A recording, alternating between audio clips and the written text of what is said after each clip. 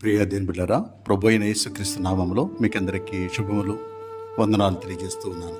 ఈరోజు దేవుని వాక్యము కీర్తన గ్రంథం 94వ కీర్తన 12వ చరణం. యెహోవా, నీవు శిక్షించువాడు, నీ ధర్మశాస్త్రం బట్టి నీవు బోధించువాడు ధన్యుడు. స్కూల్లో ఒక పిల్లవాడు తన ప్రక్కనే కూర్చునే మరొక పిల్లవాని పెన్ను దొంగిలించాడు. అది గమనించిన వాని క్లాస్ టీచరు బెత్తంతో అతన్ని శిక్షించాడు. అప్పటి నుండి ఆ పిల్లవాడు ఎప్పుడు దొంగతనం చేయకుండా మంచి పిల్లవాడని పేరు తెచ్చుకున్నాడు.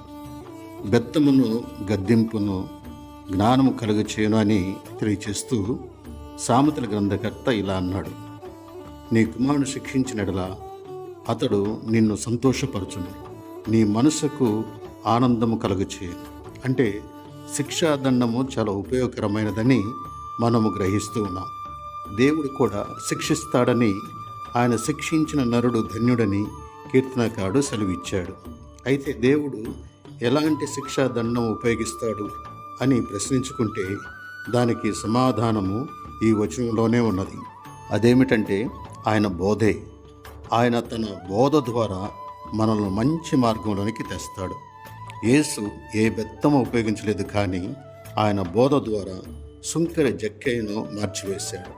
ఆయన బోధ ద్వారా అనేక మంది సుంకర్లేమి పాపులేమి మార్పు చెందారు. ఎంత బలమైన శిక్షాదండమో కదా యేసయ్య బోధ. ఆయనచే బోధింపబడేవారు ధన్యులు కదా. మరి రోజు ఆయన బోధ విందామా?